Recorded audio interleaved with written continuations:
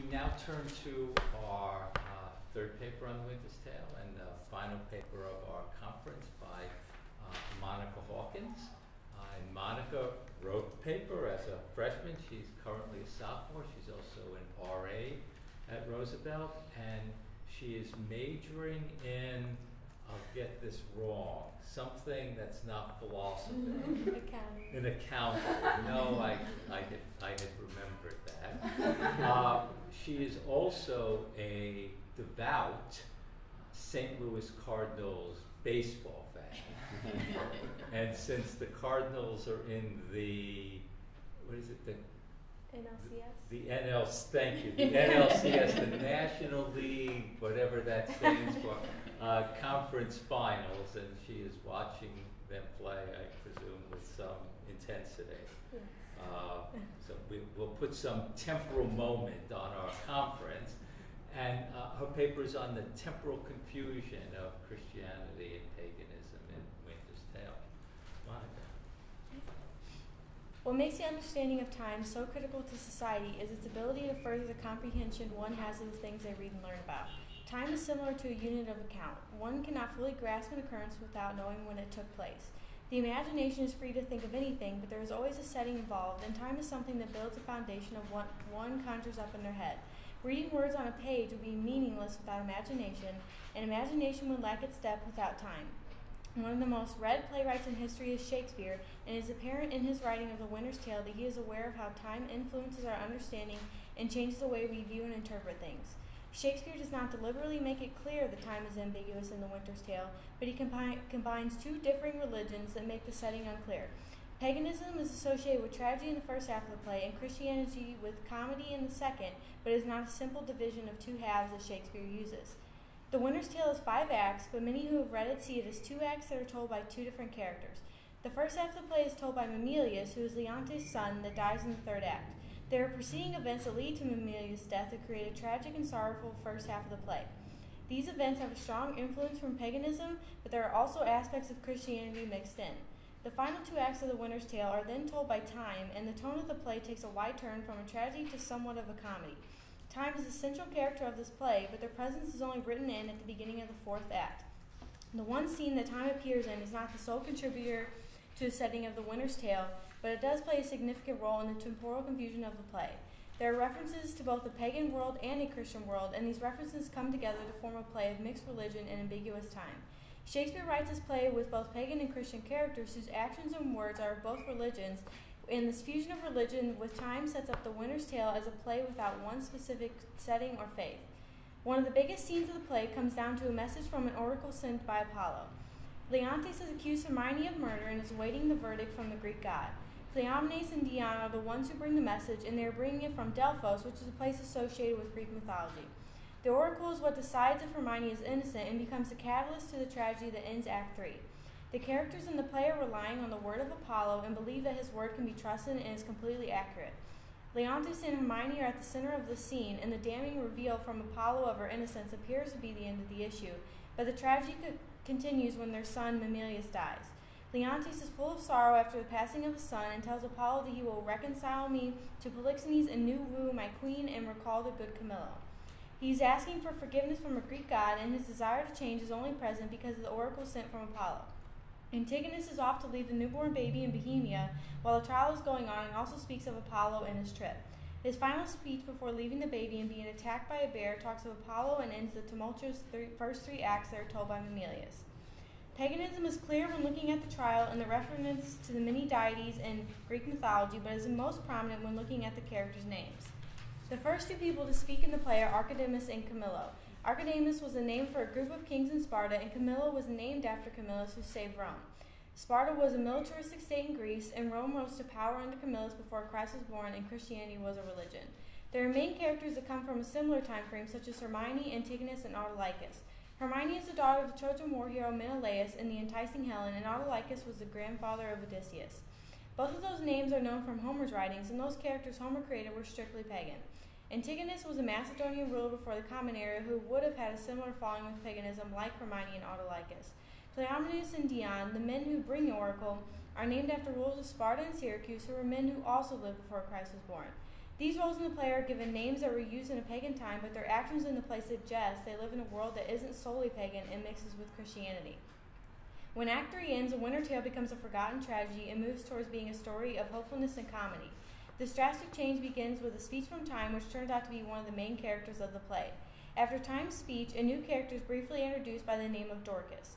Dorcas is a name after a woman in the book of Acts who is known as Tabitha. She was considered a good woman and was resurrected by Peter. This connection to a Christian in the Bible foreshadows what to come from Hermione and the elders in Sicilia. There is a change in the tone that brings about hope, and a Christian character emerges and makes A Winter Tale appear to mirror the changing from the Old Testament to the New Testament in the Bible. Christ being born signifies the beginning of the New Testament, and Perdita's emergence in Act 4 is what represents the comedy aspect of the last two acts in Shakespeare's play. The sudden shift from sad to happy makes the reader aware of Christianity in The Winter's Tale, but is not turned to a play focused on one faith. The lighter tone that plays out in The Winter's Tale cannot be entirely associated with Christianity due to the ambiguous integration of paganism and Christianity that continues to play out. The fourth act begins the second half of The Winter's Tale that features Polixenes' son, Florizel, and his new love. His romantic interest turns out to be Hermione's daughter, Perdita. He says sweet things to her, but Perdita recognizes their difference in class as she is a shepherd's daughter and he is the son of a king. Florizel tells her not to worry and makes several mentions of different deities connected to paganism. He mentions several gods such as Neptune and Jupiter, which is deviating from the continuous talk about Apollo and the oracle in the first three acts.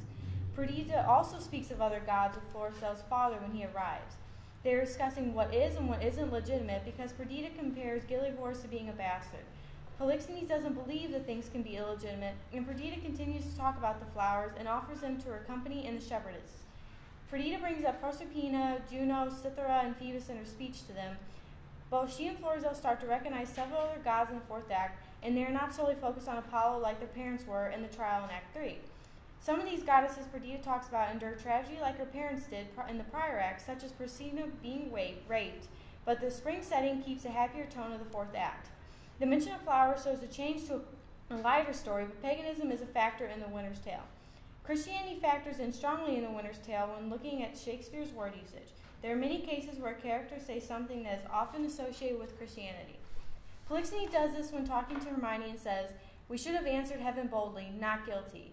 This demonstrates a Christian belief by referring to only one heaven and having to answer to it.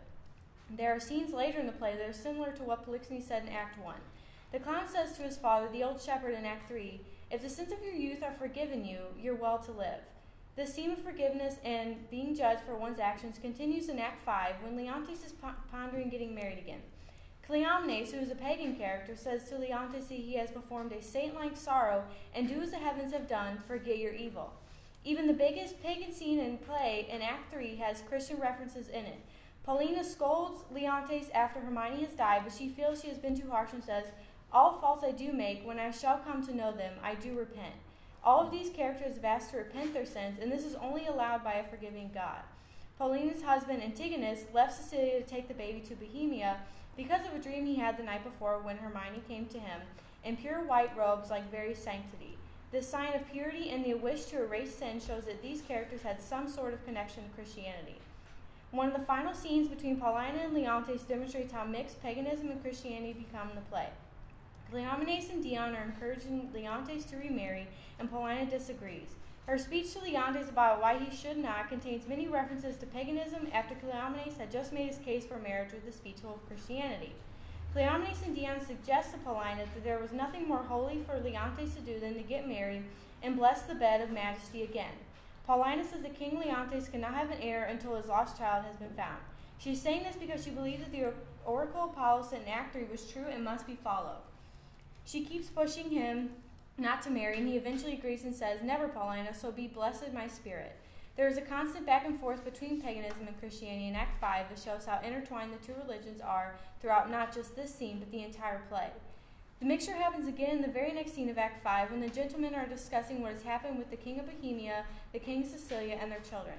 The second gentleman says that the oracle has been fulfilled now that Perdita is home in Sicilia with Leontes. A third gentleman enters and proceeds to tell the story of Perdita and Leontes meeting and then goes on to tell about what is happening in Sicilia next. He says that a statue of Hermione is going to be revealed that was performed by the rare Italian master Giulio Romano. Romano was a famous Italian artist of the 16th century who would have been fairly modern to Shakespeare and a man of Christian faith. The statue that the third gentleman claims to have been created by Romano is one that comes to life before the eyes of Leontes and others in the final scene of the play. This magic of Paulina to make the statue move seems like heresy or witchcraft, but she tells them to believe that it is not. She tells Perdita to kneel and pray your mother's blessing, and Leontes tells Paulina that he has said many a prayer upon Hermione's grave.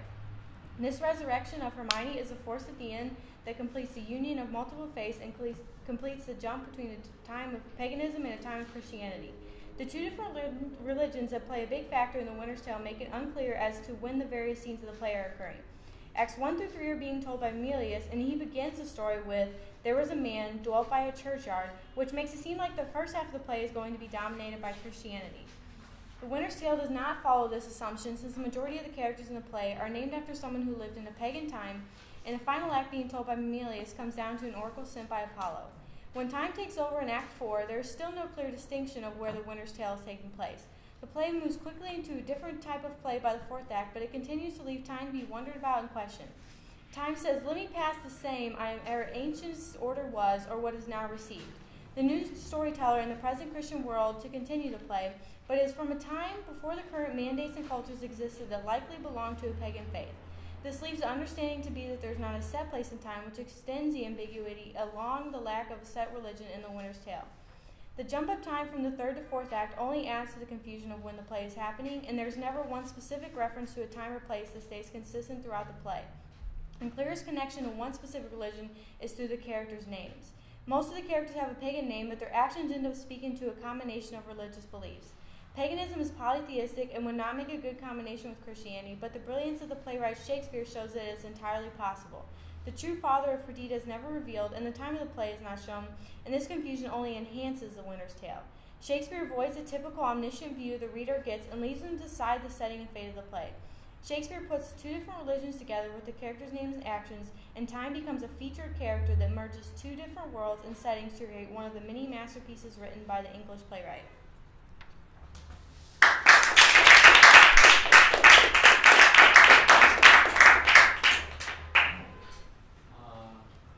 Questions or comments? Alex, Yeah.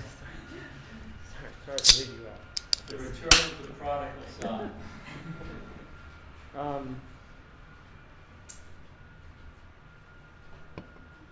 You made a couple of remarks in that I thought were very interesting. I mean, more than that, but a few that I was focusing on. You point out that line in Act 5, Scene 1, where they say, "Come on, Leontes, forgive yourself already, right? It's been so long." And this is right, time. Time says, it's over. Yeah. And he says, no, it's not. And Paulina says, no, it's not. I'm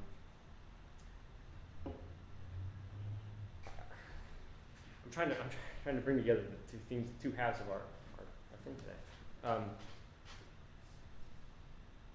Since you talked about time, and you talked about the role of time in the play, and you talked about the role of the paganism and Christianity in the play, is there a way that you sort of put those together and say that, I don't know if this is right, would paganism say, yeah, sure, it's been 16 years, forget about it, right? And Christianity, maybe in whatever guise we see Paulina in here, is saying, no, she's, right, there's some new kind of sin, some new kind of blame, punishment, something that time can't take care of. I don't know. We're trying to put together the sort of two themes of your paper here and figure out, maybe you said this, but maybe you can say it again. Does time gain power, lose power? Does its role change in the sort of two? It starts telling the story. How else does it? I believe time throughout the entire play, I believe arguably the most important part of the play. If you understand where Shakespeare is writing from and where, religion is at the time in the Eastern European world, I think that there is a lot of religious conflict and that people are unsure of things like that. And I think that this play is sort of almost a commentary on that there is this confusion, there is this misunderstanding, and I think that's where the time comes in. Because, basically with the time, there's not this set time but yet there is a set time in the sense that there is this amount of years that have went by and all these number of years have went by, but I don't think that time loses or gains any power throughout the play. I think that from the get-go it has extreme importance. Was there anything just on the surface of the plot why she needs 16 years?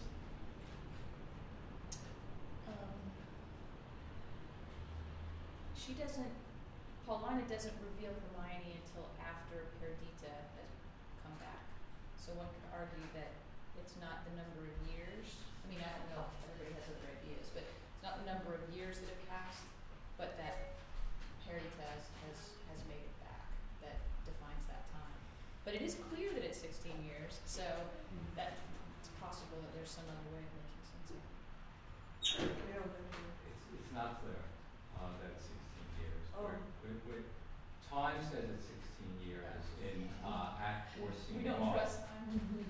No, I do trust time, except I also trust Camillo in Act 4, Scene 2, when he's talking about how long he has been away from Sicilia, and he says 15 years. Yes. Later on in the same act, he says 16 years.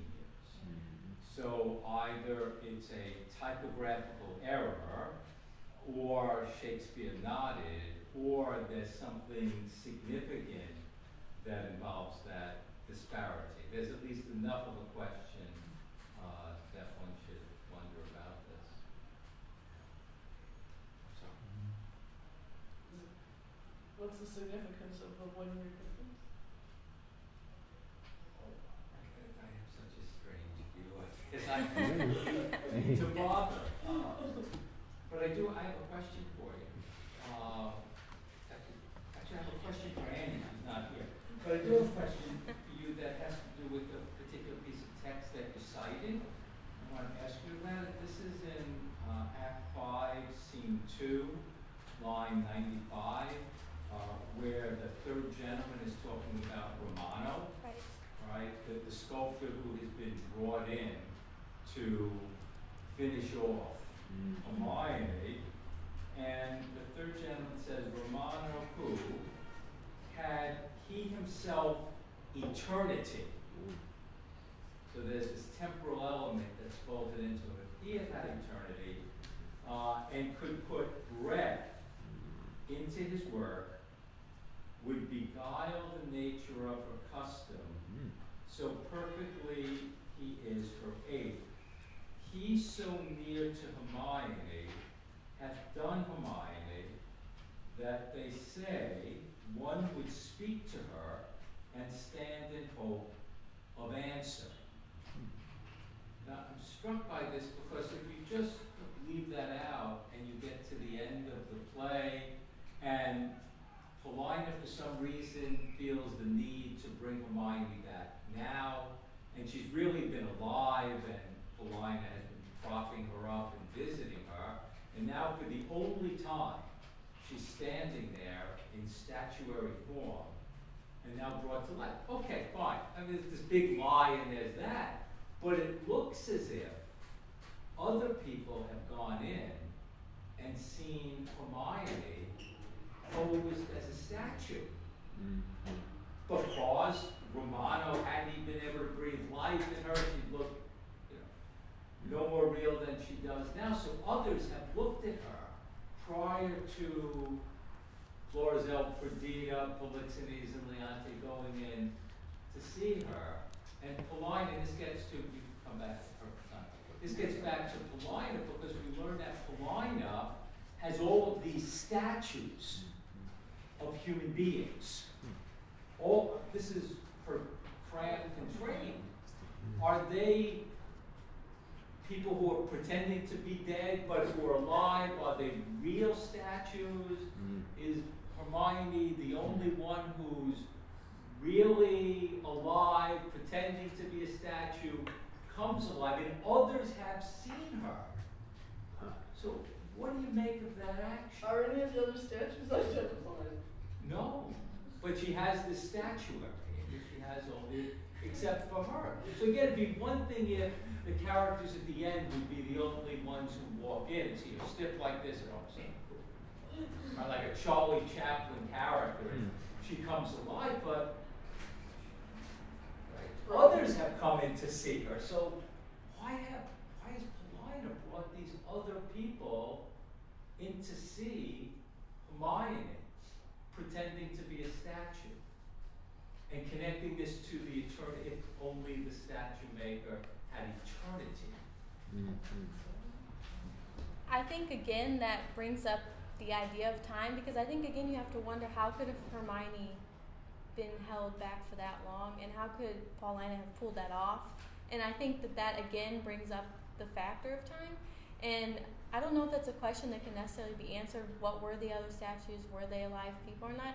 And I just think that again it just brings up the whole time factor. How did Paulina do that? And I think, in going with what Annie said, I think Paulina is a lot more important than a lot of people realize to the Winter's Tale. Why does Paulina hide her? Again, I'm not sure. I felt like at first whenever I read it, she was manipulative and had all these other motives. But, I mean, like, on the surface, that's how I felt. But I think that she maybe, in a way, along with time, maybe didn't have an omniscient view, but she really understood the situation and maybe couldn't tell time, but she understood what was going on, and so she was able to do things the way she wanted. And I think there had to have been more of a reasoning for Hermione, but I'm not quite sure why she did what she did. Annie, do you have a view of this? Can you just reiterate quickly what your question was? Well, it very narrowly applies to you right here. Why does Paulina hide Hermione? What's her motive for doing that? What's your motive for hiding her for so long and never Yeah. seeing her? I mean, I'm not sure. I'm not Paulina. I think that maybe she sees that this child has gone away and hoping that the child will return, and she's like waiting for that specific time to unveil her. Or maybe she just knows that's where she's the safest, is in almost clear view, or She still doesn't statue trust, clear yeah. view. I don't think she ever really trusts Leontes, but I think that Leontes thinks that she trusts her. Right. That's the big thing, that she doesn't want to lose. And so, I mean, these are a lot of pieces that she's holding in her mind at once. So, I mean, honestly, I think it's a strategic move on her part. Yes, Ben. A question's been percolating in my mind for all three of you. Okay. And that is, given the temporal ambiguities, the religious ambiguities, as well as the ambiguities of genre in this play, if you were staging it as a director, what sorts of decisions would you make to have this thing ring true by the end? Are there things that you would, are there characters that you would bring out? Are there visual things that you would incorporate to have this thing ring true to an audience member by the end? What do you mean by ring true? To feel plausible, to have a, I mean, the plausibility question is an unfair one for early modern drama, but it's nevertheless one that directors of Shakespeare today take very seriously. I feel like every time I see a play, I feel like the director's making a conscious effort to make it plausible and ring true. So, what would you do as a director? If it were me, I would. Whenever I imagine the play, I imagine it going on at around the same time it would have come out, like from Shakespeare. So I think I personally would hold true to that, because now, if you did put up a certain setting or you had certain elements in the background, I think that might confuse it more. So I think doing something very simplistic and just things like that, I think would again leave the reader up to decide amongst the ambiguities what is going on in the play.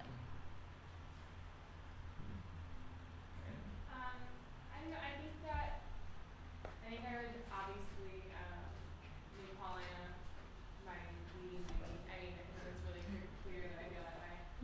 But I also think that what Shakespeare does with all of these, like these confusions and complexities and dichotomies, is that by enhancing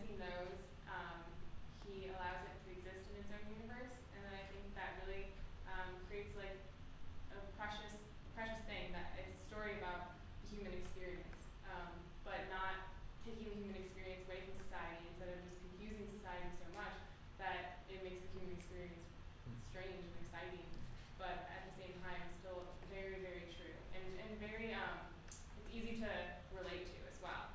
So I think that I would make Paulina's role a little bit easier to understand as a large feature, but I would also like play up all of those strange things that happen within the play and play on like the time period being ambiguous and play on the religion being ambiguous and make it extremely obvious that there isn't something that you can anchor in. You have to anchor in both of them. Susie? I agree. Like, I would kind of say a combination of what they both said.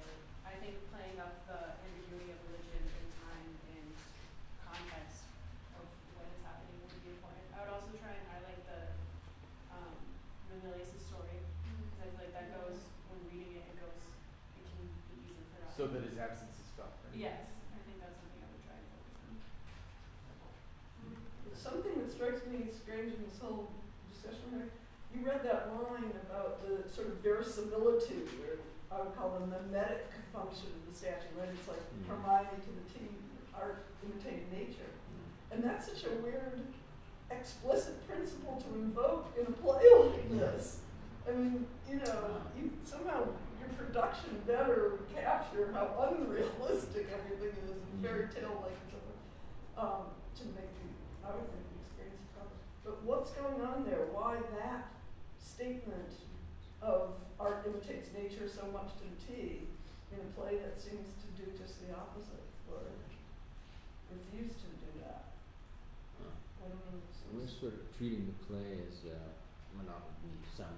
analysis of the past, of paganism and Christianity, not as an artwork in its own right, which is generating new gods, something of that sort. More, how does Shakespeare understand? But if that's just, it seems. Winter's Tale is not the most. No, I don't know what to say. It's a prominent play. It was common that Shakespeare created the human or something like that. Stephen Greenblatt. Right. It doesn't. Yeah. I find it hard to believe that he's creating a new. Seems like an explanation, like a philosophical, historical thinking through.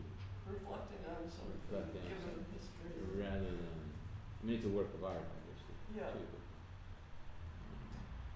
Professor Thomas, floor is yours.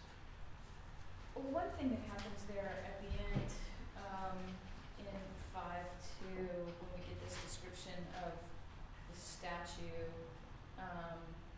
is I think this whole question of whether Paulina is a witch or not, that's where one has to take that on. Is this a room? Is this sort of Lion the Witch in the Wardrobe-esque, courtyard full of people who've been turned to stone that Paulina can reanimate at will? There's no evidence of that at all, but there's something very odd about this gallery of hers that they've walked through, and the fact that it's been witnessed. It's not entirely private. One could say, look, Paulina convinced Hermione for whatever reason to pretend to be a statue just for the unveiling to Leontes, but that doesn't hold water. Why? It doesn't seem to make sense. But that's not the only thing that's weird about 5.2. And so that's what I wanted to ask you about. And you mentioned it briefly in your paper, but I admit to asking you to talk about something that you haven't talked about a lot in your paper. Why do we get the reunion, you think, secondhand at the end? Rather than seeing Leontes reunited with Perdita, rather than seeing all of the things you want to see in a comedy, all of the people who've been separated, reconciled, all of these things happen. We don't get to see any of that at all. The scene where that should happen. Instead, we just get this secondhand account. So it's in the same scene where we get the account of the statue, we also get account of the reunion. So I wonder, I guess I could direct this to everybody, but I wonder if you have any ideas about that. Why we're denied direct access to the reunion. Well, I think one of the first things it says you expect that out of a comedy, and I know the second half I talk about it turning to a comedy, but I don't believe it is just a comedy, so I think that's part of why. I think he never goes to one side fully. He kind of just sticks in the middle, and I think that's part of why he does that. Because if you do the whole, as he spoke about earlier, like redemption or reconciliation, that does go to one side, and I think he tries to stay away from just one side. So I think that's why he does the second hit account. The other thing I wanted to ask is you do say, and I'd love to talk more about 5.2 in lots of ways, but you do say at 5.3, this is on your page 5 maybe? Yeah, your page 6, your page 6. At the end of that full paragraph, the resurrection of Hermione is the force at the end that completes the union of multiple faiths and completes the jump between a time of paganism and a time of Christianity. So you present the reanimation, the resurrection, or the revelation of Hermione here as the moment that brings all of these complicated, disparate, tense themes together. And so that suggests a couple of questions. One, obviously, why? Why do you think? Why do you see? How do you see that happening in that moment? But maybe for me, the more interesting one is, what does this reconciliation look like if Hermione is its cipher? How would we characterize the union of these things that you've presented in tension? I think I would say almost to satisfactory, because the way the play ends, I don't think there's ever like a resolution, sort of. It just kind of ends, and I think that there could have been a lot more explanation from Shakespeare that maybe would have shown you, well, this is paganism, this is Christianity, here's what happened, like you were talking about. And I think that the reason that I say that is because when it ends, it finally just comes together, and I think you don't understand the play unless you read it in full, because one section appears one way, but another section appears another way. And I think at the end, when you talk about Paulina and heresy or witchcraft, and you talk about Hermione and the resurrection, I think, again, it shows all of it coming into one. And there's other scenes that do that, but I believe just simply because one of the final scenes, that's why, like, I believe that, because I just don't think there's any one point in the play that does a better job, and it also ends the play essentially, so I think that's basically why I believe that. Shall we give us some things about 5.2 that were on your mind? Yeah, well, just reiteration of some of those same questions. I think that that this answer sort of this idea that we're denied resolution is provocative. I'm not sure it says it tells the whole story, right? I mean, I think, or maybe it does tell the whole story, but it needs to be unpacked. That is, because we can't see their reunion, because we're denied that resolution, there's this sense that that we don't really know what happened. We can't see it, and that seems to be in keeping with this sort of destabilized access to facts or knowledge throughout the whole play.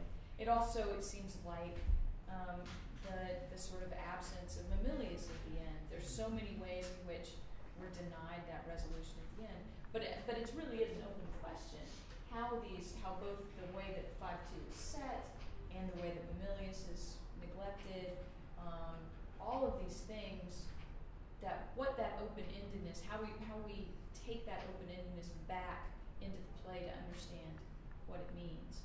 Are we to think that we really are denied, that knowledge is inaccessible to us in some essential and important way? Is that the final setting? You have a good line in here somewhere about I can't find it right now, but about just that with all of these things taken together, there's just this completely destabilized context. Is that what we're left with? And if so, what does that counsel in terms of action? How is it suggested that we're supposed to negotiate this world in which we can't ultimately have access to the truth? Well, again, I mentioned at the beginning, I think Shakespeare, in a way, is sort of commenting on the time he's in, because at that time, I'm sure you guys all know about Queen Elizabeth, and there was the succession, and there was unknown about who was going to be the successor. There was unknown about the religion. I mean, just everything is unknown. And I think maybe it's radical to think this, but I think that Shakespeare has thoughts about that and is presenting it maybe in a way that there are these loose ends, and it's take it what you will. And I think that's what he's doing with this play. I mean, for lack of a better title, it's like create your own play, create your own ending. I mean, I think that's kind of what it is in a way, because you can decide, and he doesn't have to explicitly say that. I think people understand that whenever they read it. I like the suggestion that this limitation of our knowledge, or first-hand eyewitness knowledge again, to me harkens back to the whole theme from the beginning about the question of the legitimacy of the child. I mean, if there's one thing, you know, that your lack of certainty could create madness, it's in that respect. And what is jealousy in a way is largely not based on knowledge, but the uncertainty is what makes the experience of jealousy probably. But how can omniscient God be jealous? That's a good question. And it hasn't been resolved. There's a lot of things. I mean, it hasn't been resolved. Leontes doesn't have any more information now than he had at the beginning. And nor does the reader of the play. That's right. And yet these children are getting married at the end. There is this element that touches upon what all of you have been saying. There is a kind of anti-recognition scene, because in 5, Leontes does meet Perdita. She is brought to him, but not as his daughter. He would have no knowledge of what her name would be, and is under the misapprehension that she's dead. And is there because Florizel and Perdita have been brought to him, and he thinks at first that they're married. And and then he finds out this is the son of Polixenes, and that they're not really married. And then immediately his eyes dart to Perdita, and he's really quite taken with her, because despite the fact she's 16 years old, she's a lovely lass. And so there's this incestuous element that begins to insinuate itself into the play.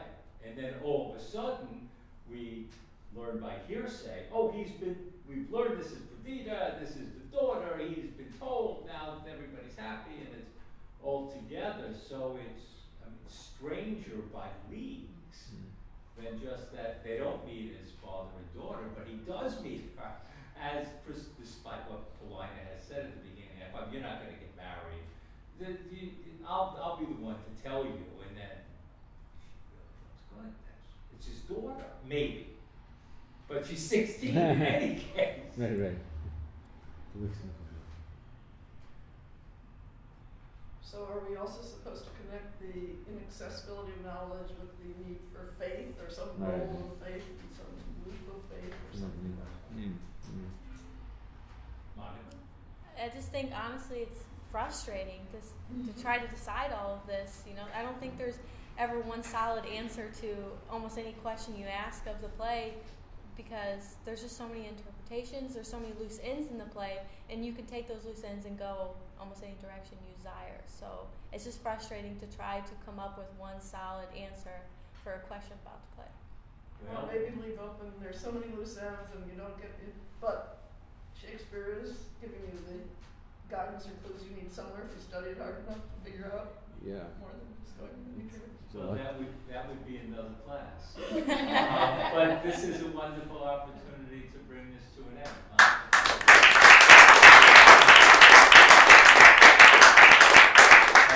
Let us